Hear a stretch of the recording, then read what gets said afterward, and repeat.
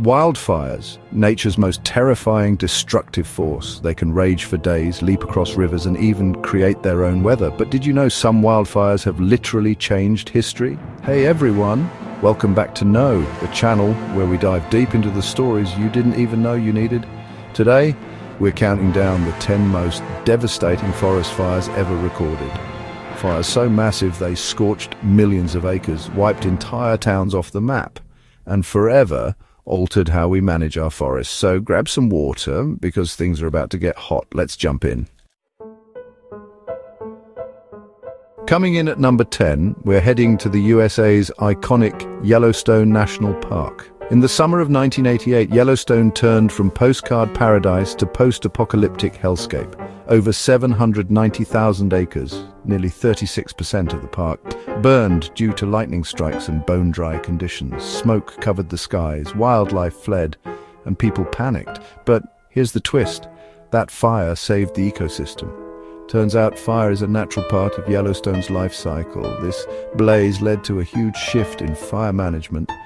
No more extinguishing every little flame. Sometimes nature knows best, even when it looks like it's going up in smoke. Number 9, welcome to Siberia, 2021, where wildfires outpaced all other world fires combined. Over 4.2 million hectares burned. That's more than the size of Denmark. What caused it? Climate change, logging, and mismanagement.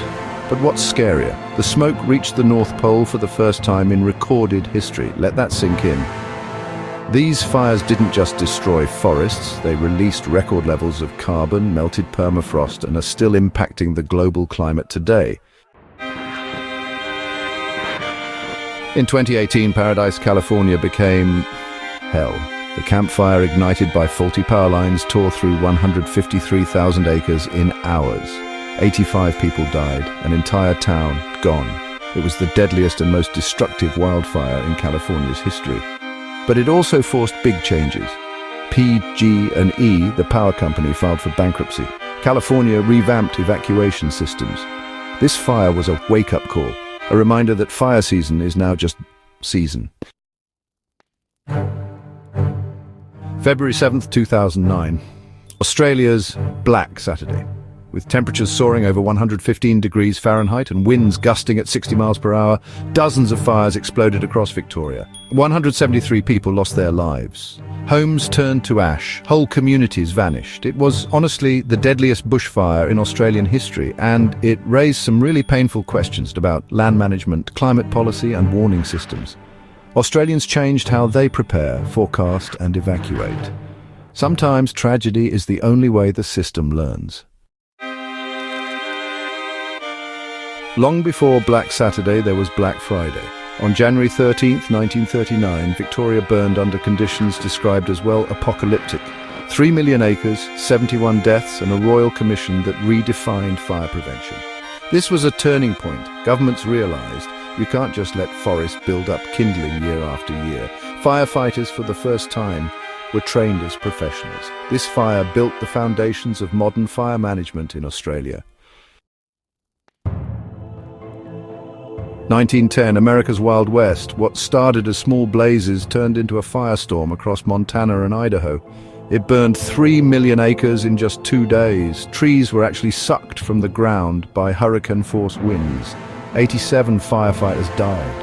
And this fire, well, it gave birth to the modern United States Forest Service. It scared the government so much that they adopted a new motto: put out every fire, no matter what. Spoiler, that didn't work either. But we'll get to that. Most people know about the Great Chicago Fire. But on the same day, a far worse fire happened in Peshtigo, Wisconsin. This firestorm engulfed 1.2 million acres and killed up to 2,500 people, making it the deadliest wildfire in US history. The flames were so hot, sand actually turned to glass.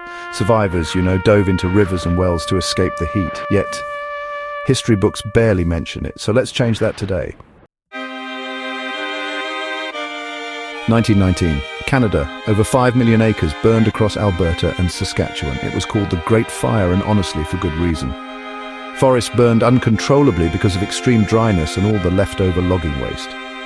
Now, while only 11 people lost their lives, the ecological and economic toll was just massive.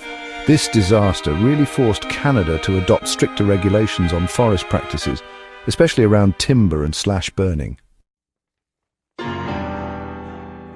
1987, right on the border of China and the USSR.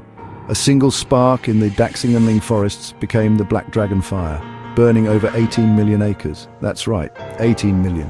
211 people died, 50,000 were left homeless, and 1/6 of China's timber reserves just turned to smoke. This disaster led to international cooperation, reforestation programs, and honestly, some pretty advanced new firefighting tech all across Asia.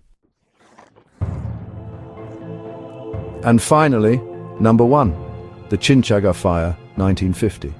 It burned over 4.2 million acres in northern Alberta and British Columbia. Strangely, it killed no one, just because it was so remote. But here's what's really wild. It created the Great Smoke Pall. Smoke spread across the continent, reaching the eastern United States and even Europe. People actually thought it was a nuclear attack. Birds flew into buildings. The sun turned blue. This fire showed just how connected our atmosphere is, and how honestly no fire is ever just local. From the ashes of these disasters rose new knowledge, new systems, and a whole new respect for nature. Fires are a part of Earth's natural cycle, but when you mix them with climate change, poor land use, and unpreparedness, they become catastrophic. So what can we do? Support reforestation, fund better fire tech, respect fire bans, and vote for leaders who take climate resilience seriously. Thanks for watching, and if you learned something today, go ahead and hit that like button, subscribe, and share this video. And remember, fire doesn't discriminate. It's up to us to adapt or burn. No more. Be more.